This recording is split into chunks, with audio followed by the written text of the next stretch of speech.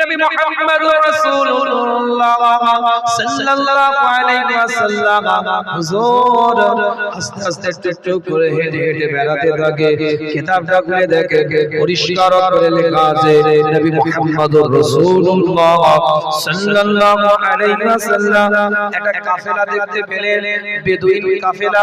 এই বেদুইন কাফেলাটা দেখার পরে আল্লাহ নবী মুহাম্মদুর রাসূলুল্লাহ সাল্লাল্লাহু আলাইহি ওয়াসাল্লাম টুকটুক করে আগিয়ে গেলেন। ওই কাফেলার মধ্যে একজন উট বিক্রেতা উট বিক্রি করছে, খুব সুন্দর দেখতে উটটা। আল্লাহ নবী মুহাম্মদুর রাসূলুল্লাহ সাল্লাল্লাহু আলাইহি ওয়াসাল্লামের উটটা পছন্দ হয়ে যায়। উট বিক্রেতার কাছে গিয়ে দাম জিজ্ঞাসা করে। উট বিক্রেতাও যে দামটা বলে সেটা রিজনেবল নেবার মতো। আল্লাহ নবী হুজুর আকরাম সাল্লাল্লাহু আলাইহি ওয়াসাল্লাম উট বিক্রেতার দিকে তাকিয়ে বলে, আমি তো উট খরিদ করার জন্য আমি তো বাজারে এসে আসি না, কিন্তু আমার উটটা পছন্দ হয়েছে, আমি কিনতে চাই। আমি এর বিনিময়ে টাকাটা আপনাকে কিছুক্ষণ পরে দেব, সেই উটটা নিয়ে যাবে। আল্লাহ নবী মুহাম্মদুর রাসূলুল্লাহ সাল্লাল্লাহু আলাইহি ওয়াসাল্লামের দিকে লক্ষ্য করে উট বিক্রেতা বলতে থাকে, আপনি উটটা নিয়ে চলে যান, আমরা 3 দিন কাফেলায় অবস্থান করবে। এই সময়ের মধ্যে আপনি উঠে বিনিময়ে টাকাটা আমাকে দিয়ে দিবেন। আল্লাহর নবী মুহাম্মদুর রাসূলুল্লাহ সাল্লাল্লাহু আলাইহি ওয়াসাল্লাম উটটা নিয়ে হুজুর আমার টুকটুক করে আগাতে থাকে। কিতাবটা খুলে দেখে কিছু সময় যাওয়ার পরে ওই উট বিক্রেতার সরদার, ওই কাফেলার সরদার নেতা ওই জায়গায় এসে হাজির হয়ে যায়। উট বিক্রেতার দিকে তাকিয়ে বলে, তোমার এই উটটা কোথায় গেল? যে সুন্দর উট এখানে দাঁড়িয়ে ছিল, বলে ওই উটটা আমি বিক্রি করে দিয়েছি। কাফেলার সরদার জিজ্ঞাসা করে, ওই উট যে বিক্রি তুমি করেছো তার বিনিময়ের অর্থটা কোথায়? বলে যিনি উটটা নিয়ে গিয়েছেন তিনি আমাকে অর্থটা দিয়ে যাবেন বলেছে। উট বিক্রেতার দিকে লক্ষ্য করে কাফেলার সরদার আওয়াজ দিয়ে বলতে থাকে, তুমি তাকে চেনো? আগে কি কোনোদিন তাকে দেখেছো? তুমি কি তার গোত্র সম্পর্কে কিছু অবগত আছো? কাফেলার ওই উট বিক্রেতা বলে, না আমি তাকে চিনি না, আগে কোনোদিন দেখি নাই, তার গোত্র সম্পর্কে আমি কিছু চিনি না, আমি কোথায় বাড়ি তাও জানি না। সরদার রেগে যায়, রেগে গিয়ে বলতে থাকে, তুমি মানুষটাকে চেনো না, জানো না, আগে কোনোদিন দেখো না, কিন্তু উটটাকে তুমি দিয়ে দিলে, কিসের ভিত্তিতে তুমি দিলে? কি কারণে তুমি দিলে? কি তোমার নিশ্চয়তা আছে সে তোমার হাতে আবার ওই উটের বিনিময়ে টাকাটা পৌঁছে দিবে? এইভাবে কাফেলার সরদার রেগে যায়, রাগান্বিত অবস্থায় উট বিক্রেতাকে বকাবকি করতে থাকে। আওয়াজ শুনতে পেয়ে কাফেলার সরদার নিয়ে পর্দার ভিতর থেকে স্ত্রী ডাকতে থাকে, কাফেলার সরদারকে আপনি একবার এদিকে আসেন।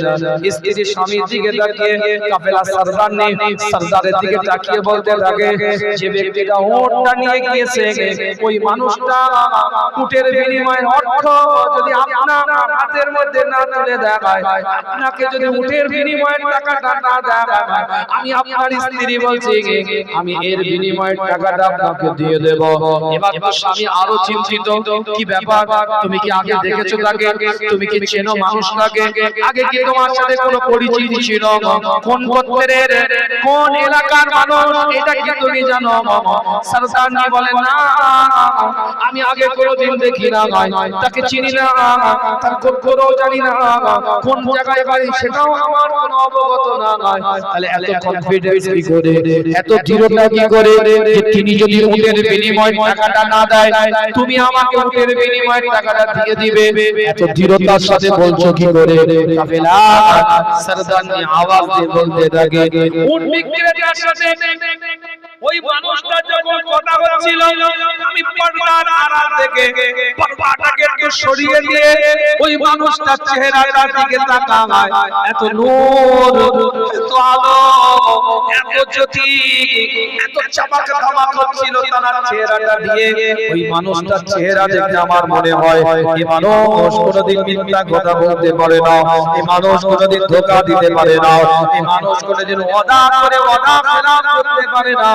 এই কথা বলছে সরদার নি সরদারকে স্বামী স্ত্রী কথা হচ্ছে হঠাৎ করে আল্লাহ নবীর বারবার থেকে একজন সাহাবা এসে বলে যে ব্যক্তি এখান থেকে উটটা খরিদ করে নিয়ে গিয়েছিল তার বিনিময়ে টাকাটা পৌঁছে দিয়েছে আবার সবাই কাফেলা জিজ্ঞাসা করে ওই মানুষটাকে আমাদেরকে বলতে হবে কে ব্যক্তিটা এত সুন্দর একটু আমাদের জানাতে হবে আল্লাহ নবী সাহাবা বলে ইনি হচ্ছে আখিরি জামানার নবী খাতামান নবীর ইমামুল মুরসালিন আল্লাহ পাক জানাকে শেষ নবী করে রিসালাতের দায়িত্ব দিয়ে পৃথিবীর মধ্যে পাঠিয়েছে গোটা বেদুইন কাফেলা মুস্তাফার মারগায় হাজিরা দিয়ে দেয় আল্লাহর নবী নবী মুহাম্মদুর রাসূলুল্লাহ সাল্লাল্লাহু আলাইহি ওয়াসাল্লামের দরবারে দাঁড়িয়ে চিৎকার আওয়াজ দিয়ে বলতে থাকে ইয়া রাসূলুল্লাহ ইয়া হাবিবাল্লাহ হুজুর আমরা আপনাকে চিনতে পারি না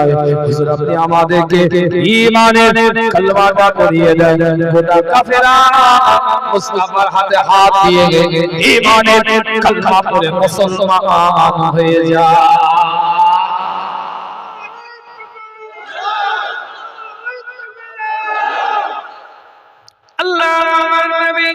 নবী মুহাম্মদুর রাসূলুল্লাহ সাল্লাল্লাহু আলাইহি ওয়াসাল্লাম সাহাবারা বলে আমরা রাসূলের বারগায় গিয়ে বসে থাকতাম একজন সাহাবাকে আমার রাসূল বলে যাও চলে যাও তুমি আল্লাহ নবীর সমস্ত সাহাবারা খেতে চলে গিয়েছেন একজন সাহাবা আল্লাহ নবীর চেহারাটার দিকে চাচা পাখির ন্যায় তাকিয়ে আছে আল্লাহ রাসূল বলছে যাও তুমিও খাবার দাবার খেয়ে এসো আল্লাহ রাসূলের দিকে তাকিয়ে বলে ইয়া রাসূলুল্লাহ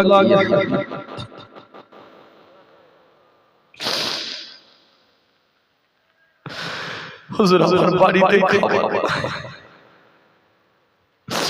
আমার বাড়িতে হুজুরের খাবার নাই আল্লাহর নবী নবী মুহাম্মদ রাসূলুল্লাহ সাল্লাল্লাহু আলাইহি ওয়াসাল্লাম বলে আমার কাছে তো তেমন কিছু নাই যে আমি তোমাকে খেতে দেব আমি তোমার খাবারটা তোমাকে তুলে দেব তেমন তো আমার বাড়িতেও কিছু নাই আল্লাহ নবী মুহাম্মদুর রাসূলুল্লাহ সাহাবা ঢুকে কেঁদে উঠে বলে ইয়া রাসূলুল্লাহ ইয়া হাবিবাল্লাহ হুজুর আপনার দরবারে আমি খাবার জন্য বসে নাই যে আপনি খাবার দিবেন আমি পেটটা ভর্তি করব এই নিয়তে বসে নাই হুজুর যতক্ষণ আপনার চেহারাটার দিকে তাকিয়ে তাকিয়ে আমার খোদাত্ব পেটটাকে আল্লাহ পাক যেন ভরে রাখে আপনার চেহারার দিকে তাকালে আমার খিদাটা নিবারণ হয়ে যায়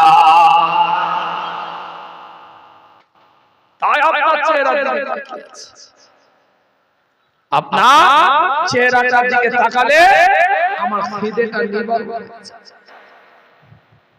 আল্লাহ পাক কবুল করেন সকলে বলেন আমিন একটু পড়বে দেখেন একটু গ্যাপ গ্যাপ করে দিয়ে বসা যায় পানি তো বৃষ্টি উপরে কি চট নাকি না তেরপল দিয়া নেই চট আছে যাই হোক বর্ষার সময় একটু পানি হবে কি করবে আল্লাহর রহমত একটু বৃষ্টি হয়তো কষ্ট হয়ে যাচ্ছে তারপরেও যে পানি হয়েছে আল্লাহ পাক যে মাহফিলটা করিয়ে নিচ্ছেন এটা একটা বড় ব্যাপার কথা ঠিক না আল্লাহ কবুল করেন সকলে বলেন আমিন আলোচনা বাড়িয়ে কষ্ট দেব না আল্লাহ পাক আমাদের সকলকে নিয়ামতের দ্বারা পরিপূর্ণ করেন সকলে বলেন আমিন মূল বিষয় নবীর আদর্শ অনুযায়ী জীবন তৈরি করেন একটা বান্দাকে আল্লাহ কবুল করে নিয়ে ওলি বানিয়ে দিবে জোরে বলেন সুবহানাল্লাহ তো জোরে বলা যাবে না সুবহানাল্লাহ চিৎকার দিয়ে বলা যাবে না সুবহানাল্লাহ আল্লাহ নবী মুহাম্মদুর রাসূলুল্লাহ সাল্লাল্লাহু আলাইহি ওয়াসাল্লাম জানিয়ে দেন কিতাবটা খুলে দেখে পরিষ্কার করে লেখা আছে কোন নবীর মিলাদে আপনি আমি বসলাম কোন রাসূলের আগমনকে কেন্দ্র করে আজ এই মাহফিলটা আপনি আমি দিলাম কোন রাসূলের দুনিয়াতে আসাকে কেন্দ্র করে আজ আপনি আনন্দ করব আজ আপনি আমি খুশি মানাবো কি নবী আল্লাহ পাক দিলেন কি রাসূল আল্লাহ পাক দিলেন কি নিয়ামত আল্লাহ পাক দিলেন কি রহমত আল্লাহ পাক দিলেন तमाम আলামিনের জন্য আল্লাহ পাক রহমত করে পাঠিয়ে জানিয়ে দিলেন আকা মাওলা পরওয়ারদিগারকে আল্লাহ পাক কবুল করে নিয়ামতের দ্বারা পরিপূর্ণ করলেন। এক একটা বান্দাকে আল্লাহ পাক নিয়ামতের দ্বারা পরিপূর্ণ করবে যদি নবী তরিকা অনুযায়ী জীবনটাকে তৈরি করা যায়, রাসূলের তরিকা অনুযায়ী জীবনটাকে তৈরি করা যায়। আল্লাহর নবী নবী মুহাম্মদুর রাসূলুল্লাহ সাল্লাল্লাহু আলাইহি ওয়াসাল্লাম হুজুর আমার যে জায়গাটার মধ্যে ঘুমিয়ে আছে আকা মাওলা পরওয়ারদিগার বেনিয়াজ যে জায়গাটার মধ্যে ঘুমিয়ে আছে ওটা পৃথিবীর কোন সিএস রেকর্ড পর্যা নয়, আরএস রেকর্ড পর্যা নয়, কোন এলআর রেকর্ডে সার্চিং পেপারে পর্যা নয়, ওটা পৃথিবীর কোন অংশ নয়। মুস্তাফা যে জায়গাটায় ঘুমিয়ে আছে ওটা একটা জান্নাতের টুকরা, ওটা একটা জান্নাতের বাগান। আল্লাহ পাকের জান্নাতের একটা অংশ, এই জান্নাতের অংশের মধ্যে জান্নাতি মানুষরা ঘুমিয়ে আছে। আল্লাহর নবী মুহাম্মদুর রাসূলুল্লাহ সাল্লাল্লাহু আলাইহি ওয়াসাল্লামের সাহাবারা কতরে হুজুরের দরবারে বসে আছে, মুস্তাফা দরবারে বসে আছে। আল্লাহর নবী মুহাম্মদুর রাসূলুল্লাহ সাল্লাল্লাহু আলাইহি ওয়াসাল্লাম সাহাবায়ে কেরাম হুজুরের দিকে লক্ষ্য করে হুজুরের দিকে তাকিয়ে আছে। সাহাবারা হুজুর ও সাহাবাদের দিকে লক্ষ্য করে তাকিয়ে আছে। হঠাৎ করে আল্লাহর নবী জানিয়ে দিলেন এই মাত্র আমার উপরে ওহী এসেছে, এই মাত্র আমাকে জানিয়ে দেওয়া হয়েছে নবী মুস্তাফা তাজদার হারাম মদিনাতুল ইমামুল মুরসালিন ইমামুল হুদা ইমামুল কিবলাতাইন, এই নবী আমি আল্লাহ আপনার অর্ধেক উম্মতকে বিনা হিসাবে জান্নাতি বানিয়ে দিলাম। হুজুর বলছে আমি অফার নিইনি। আপনারা অনেকে অবাক হয়ে যাচ্ছেন, অর্ধেক উম্মতি বিনা হিসাবে খাতা খুলবে না, ভিডিও ফুটেজ দেখবে না, কেরামান কাতিবিন ঘরের মধ্যে বসে আছে, কাউকে কিছু জিজ্ঞাসা করবে না। কিয়ামতের ময়দানে ওই কঠিন সময় কঠিন পরিস্থিতিতে আল্লাহ অটো জান্নাত রেডি করে রেখেছে। আমার রাসূল বলছে অফার নিইনি। বিষয়টা কি? আল্লাহ নবী আল্লাহ রাসূল বলছে বাড়াতে হবে। কিতাবটা খুলে দেখেন হুজুর মসজিদের নববীর মধ্যে বসে আছে, আবার আশা করে আল্লাহ না বাড়াতে হবে, আরো বাড়িয়ে দিতে হবে আমাকে। আল্লাহ নবী আল্লাহ রাসূলের খুশির জন্য আল্লাহ আয়াত নাযিল করে দিলেন, ওয়ালা সাওফা ইউতিকা রাব্বুকা ফাতারদা। এই নবী এই রাসূল এই মুস্তাফা আপনি শুধু চাইতে থাকবেন, ওয়ালা সাওফা ইউতিকা রাব্বুকা ফাতারদা। আপনি শুধু মানতে থাকবেন, আপনি শুধু বলতে থাকবেন, আপনি শুধু চাইতে থাকবেন, আপনি শুধু বলতে থাকবেন, আমি আল্লাহ আপনাকে দিতে থাকবো যতক্ষণ পর্যন্ত আপনার চাওয়া শেষ হবে না। আমি আল্লাহ আমার দেওয়াটাও বন্ধ হবে না। আমার রাসূল জানিয়ে দেয় আমার একটা উম্মতি যতক্ষণ জাহান্নামের মধ্যে থাকবে আমি আল্লাহ নবী সিজদার মধ্যে লুটিয়ে পড়ে আল্লাহর কাছে দোয়া চেয়ে তাদেরকে সঙ্গী করে জান্নাতের মধ্যে প্রবেশ করব। এখন তাহলে উম্মতের পরিচয় দিতে হবে। এই কথা বলেন, টুপি আছে, দাড়ি আছে, জুব্বা আছে, পাগড়ি আছে, আজকান আছে, আলখাল্লা আছে, নামাজ আছে, রোজা আছে, হজ আছে, যাকাত আছে, তাসবিহ আছে। আপনি বলবেন আমি উম্মতি হয়ে গেছি না? খবর দিয়ে দেখেন ভাইয়ের সম্পত্তিটাও জোর করে রেকর্ড করা আছে। এই কথা বলেন, উম্মতের বড় পরিচয় যার হাতের দ্বারায় অপর মুসলমান কষ্ট পাবে না, যার মুখের দ্বারায় অপর মুসলমান কষ্ট পাবে না। ইমানদারের কথার মধ্যে শালীনতা থাকবে, ভদ্রতা থাকবে, নম্রতা থাকবে। পাশের বাড়ি টিকতে পারে না আচার ব্যবহারে, না না না, আপনার আচার ব্যবহারের মধ্যে এত সুন্দর শালীনতা থাকবে, মানুষ বলবে, শত্রু বলবে আর সাথে আমার একটা অন্য সমস্যা থাকতে পারে কিন্তু লোকটা ভালো। হযরত জুনায়েদ বাগদাদি কিতাবটা খুলে দেখেন হযরত জুনায়েদ বাগদাদি বলছে হযরত ওমর ইবনে খাত্তাব রাদিয়াল্লাহু তাআলা জানিয়ে দেয় হযরত আলী রাদিয়াল্লাহু তাআলা জানিয়ে দেয় একাধিক সাহাবা একাধিক তাবিঈন একাধিক তাবিঈন একাধিক ইমাম একাধিক কুতুব আব্দুল্লাহ জানিয়ে দেয় ইমাম মালিকের মতন মানুষও জানিয়ে দিচ্ছে আল্লাহ নবী মুহাম্মদুর রাসূলুল্লাহ সাল্লাল্লাহু আলাইহি ওয়াসাল্লামের বারগাহে অর্থাৎ হুজুর যেখানে ঘুমিয়ে আছে মুস্তাফা যে জায়গাটায় নেকড়া যাচ্ছে হুজুর যে জায়গায় আরাম ফরমাচ্ছেন হুজুরের রওজায়ে আতহার হুজুরের রওজা মুবারকের আশপাশে জোরে কথা বলা তো দূরের কথা জুনায়েদ বাগদাদি বলছে ইমাম মালিক বলছে বড় বড় তাবিঈনরা বলছে বড় বড় ইমামরা বলছে আমরা জোরে নিঃশ্বাস নেওয়াটাকে বিয়াদবি মনে করি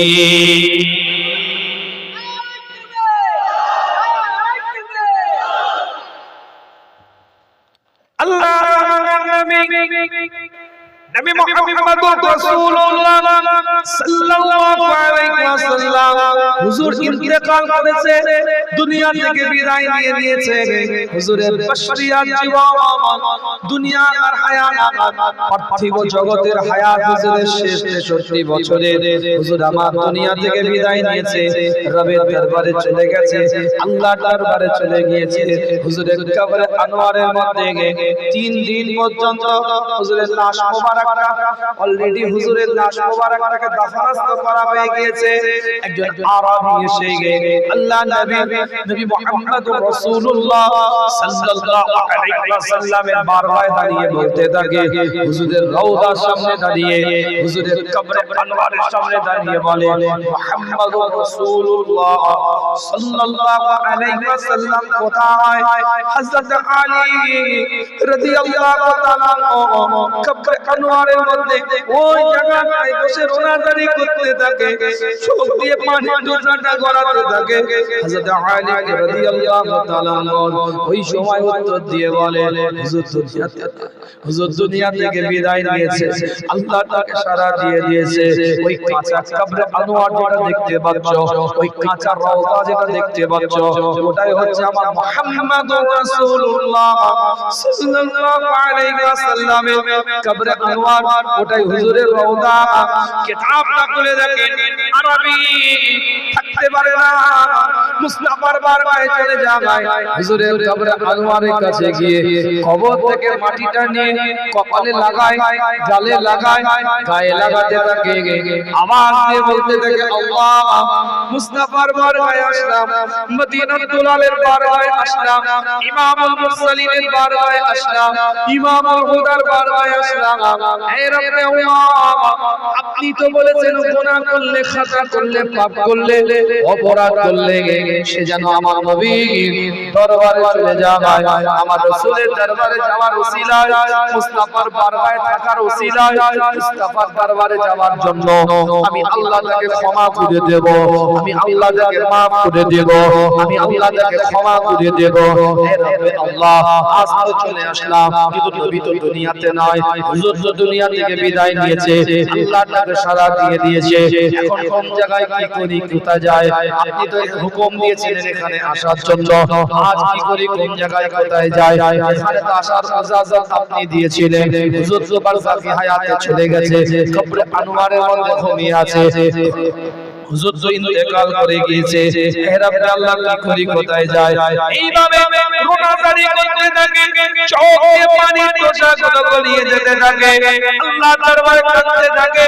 রবের দরবারে কাঁদতে থাকে আল্লাহ নবী হায়াতুন নবী বারজাখি হায়াত থেকে কবরে আনোয়ারের ভিতর থেকে চিৎকার আওয়াজ সেদিন বলেছিল হে আরবি আমি রাসূলুল্লাহ সাল্লাল্লাহু সাল্লাল্লাহু আলাইহি ওয়াসাল্লাম জানিয়ে দিন আল্লাহ বলেছে গুনাহ করার পরে খাতা করার পরে পাপ করার পরে আমি নবী আমার বারগাহে আসার জন্য তুমি চিন্তিত আমি নবী দুনিয়ার হায়াতে নাই তুমি চিন্তিত আমি রাসূল দুনিয়ার হায়াত থেকে বারজাখি হায়াতে চলে গেছি আর আমি চিন্তা করো না আমি নবী মুস্তাফা জানিয়ে দিই তোমার আল্লাহ আমার কবরে আনোয়ারে আসার কারণে আমার আল্লাহ তোমাকে ক্ষমা করে দিয়েছে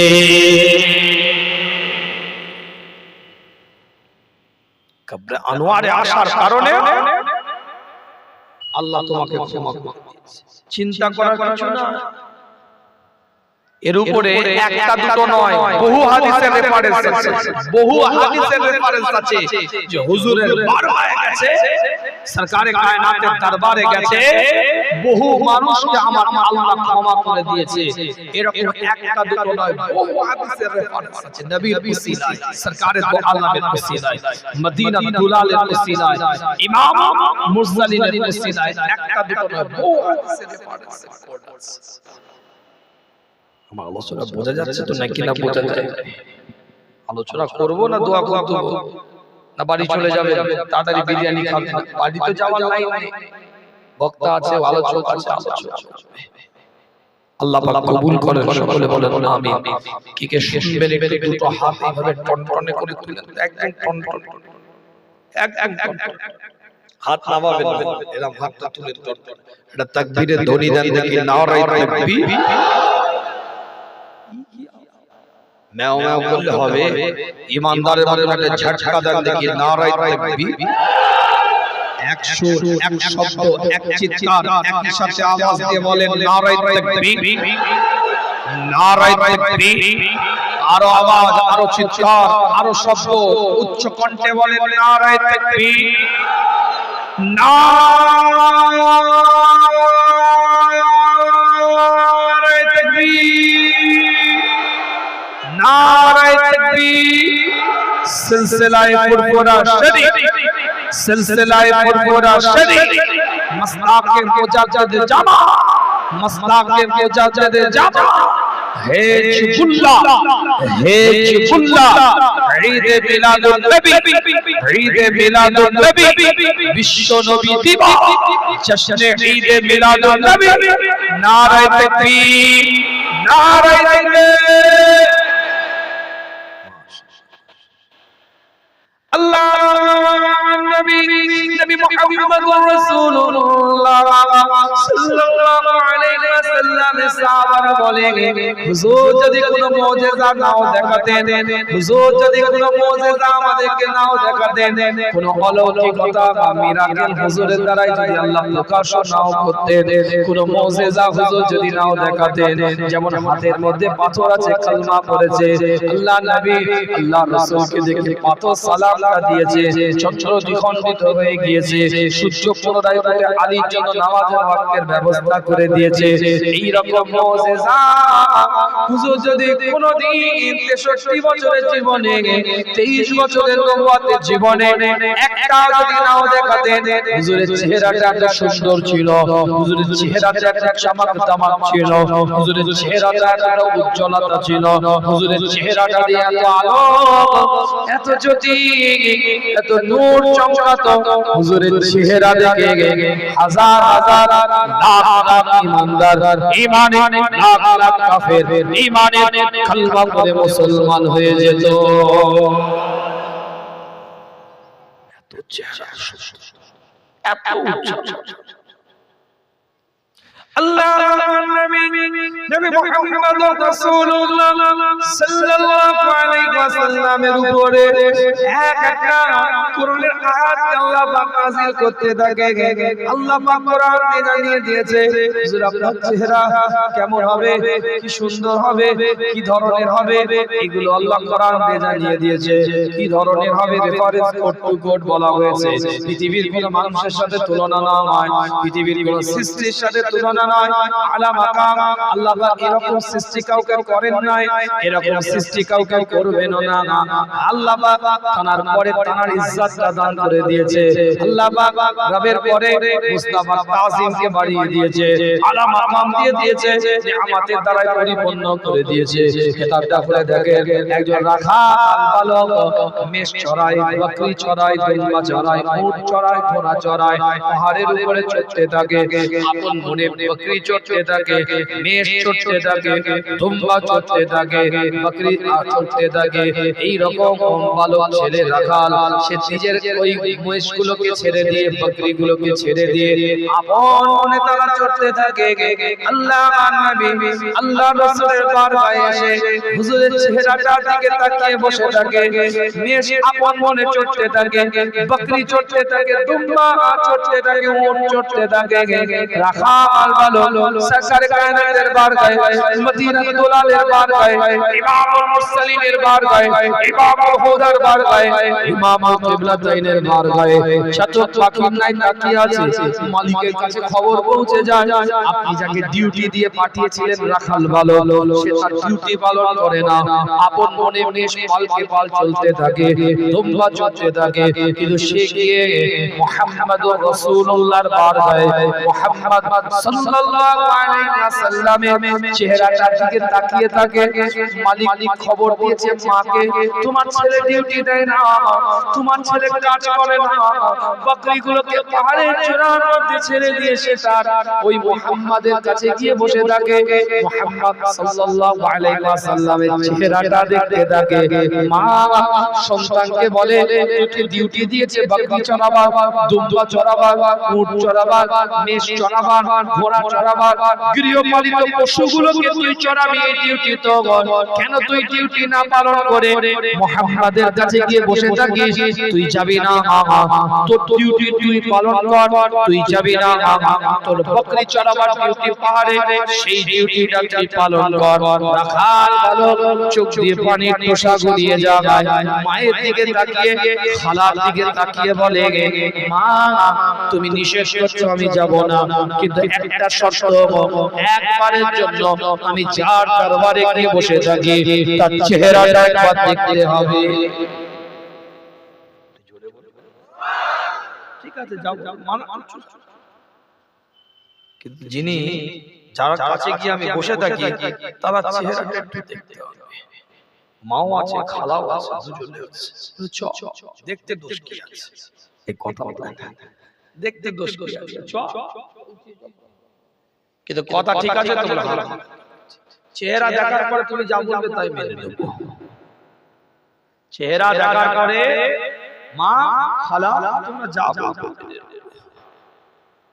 আল্লাহ নবী মুহাম্মদুর রাসূলুল্লাহ সাল্লাল্লাহু আলাইহি ওয়াসাল্লামের বারগাহে হুজুরের দরবারে দূর থেকে দাঁড় করিয়ে দিয়েছে। মা দাঁড়িয়ে আছে, রাখাল বালকে খালাও দাঁড়িয়ে আছে। দূর থেকে লক্ষ্য করে বলে, ওই দেখো, ওই যে একটা নোরানি চামক ধামাকাওয়ালা একটা মানুষ দাঁড়িয়ে আছে, ওই দেখো যার চেহারাটা দিয়ে একটা আলো চমকাচ্ছে, একটা জ্যোতি চমকাচ্ছে, একটা লাইট, একটা আলো দেখতে পাচ্ছ, নূর চমকাচ্ছে, একটা আলো ঝলক লাগছে, ওই মানুষটাকে দেখতে পাচ্ছ? হ্যাঁ, ওটাই মুহাম্মদুর রাসূলুল্লাহ সাল্লাল্লাহু আলাইহি ওয়াসাল্লাম। ইনি আখিরি নবী, শেষ নবী, খাতামুন নবিয়্যিন। ইনার পরে আল্লাহর পক্ষ থেকে কোনো আর পয়গম্বর আসবে না, লা নবিয়্যা বা'দিহি। ইনি আখিরি নবী, ইমামুল মুরসালিন, ইমামুল হুদা, ইমামুল কিবলাতাইন। ইনি হাবিব, নবী, তাবিব, সাহিবুল জুদ ওয়াল কারাম। মাও দেখে, খালাও দেখে, চাতক পাখির নাই তাকিয়ে আছে। মাও দেখতে থাকে, খালাও দেখতে থাকে, চোখের পাপড়িটাও করছে না, দীর্ঘক্ষণ তাকিয়ে আছে।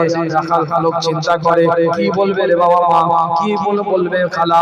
মনের মধ্যে দুঃখ দুঃখ করছে, হঠাৎ করে যদি বলে দেয় না আসবি না তুই পাহাড়ের মধ্যে বকরি চড়া, এই কথা যদি বলে দেয় আর তো মুস্তাফার দরবারে আসতে পারবো না, সরকারে কায়নাতের দরবারে আর তো বসতে পারবো না। রাখাল বালকের অন্তরটা দুঃখ দুঃখ করতে থাকে, হঠাৎ করে চিৎকার দিয়ে মা আওয়াজ দিয়ে বলতে থাকে, হে আমার বাচ্চা, আমার সন্তান, সব কাজ তুই ছেড়ে দে, সব দায়িত্ব পালন করা বন্ধ করে দে, তুই যে বারগায় গিয়ে বসে থাকিস, যে দরবারে গিয়ে বসে থাকিস, যার কদমে গিয়ে বসে থাকিস, মুহাম্মাদুর রাসূলুল্লাহ নিজের কলিজাটাও বিলিয়ে দে। জোরে বলে বল, পানি জোরে এসে গেছে। মসজিদটা বড়, তাহলে নামাজের পরে মসজিদের ব্যবস্থা, মানুষ ভিজতে তো কষ্ট হয়ে যাবে। আল্লাহ পাক কবুল করে দেন, সকলে বলে আমিন। এমনি 40 হয়ে গেছে, আজানের টাইমও হয়ে যাচ্ছে। যাই হোক, মানুষ তো উঠাউঠি করবে, ছোট্ট করে একটু দোয়া করে দিই, একটু সালাত সালাম পাঠ করে তারপরে আপনারা একটা আলোচনা করেন। নামাজের পরে যদি সম্ভব হয় মসজিদে সেটআপটা নিয়ে গেলে একটা প্রোগ্রামটা সুবিধা হবে নাকি ভাই? আপনারা একটা আলোচনা করে নেবেন, আমি পরামর্শ দিলাম। আল্লাহ পাক এতে তো বসতে পারে, চট ছাউনি তো, তেরপল ছাউনি হলে তাও কিছুটা বসা যায়, চট ছাউনিতে লিক করবে। আসেন একটু রাসূলের সাথে দাঁড়িয়ে একটু সালাত সালাম পাঠ করে ছোট্ট করে দোয়া করে বিদায় নেব। ইয়া নবী সালাম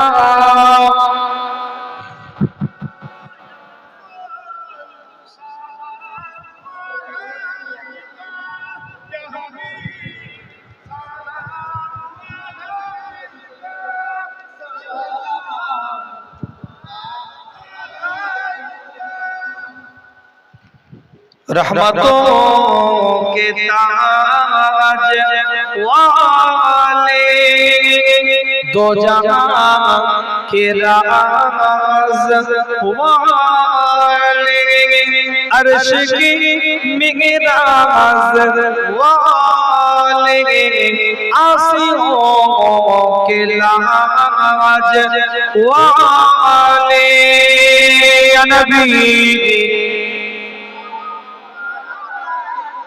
या रसूल या हबीब,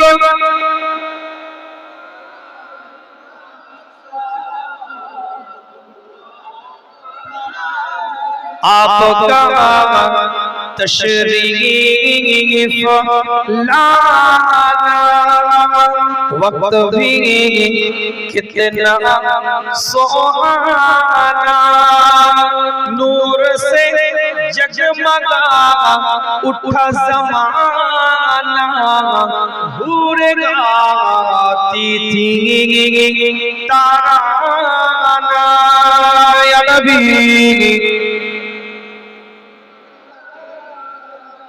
या रसूल या हबीब,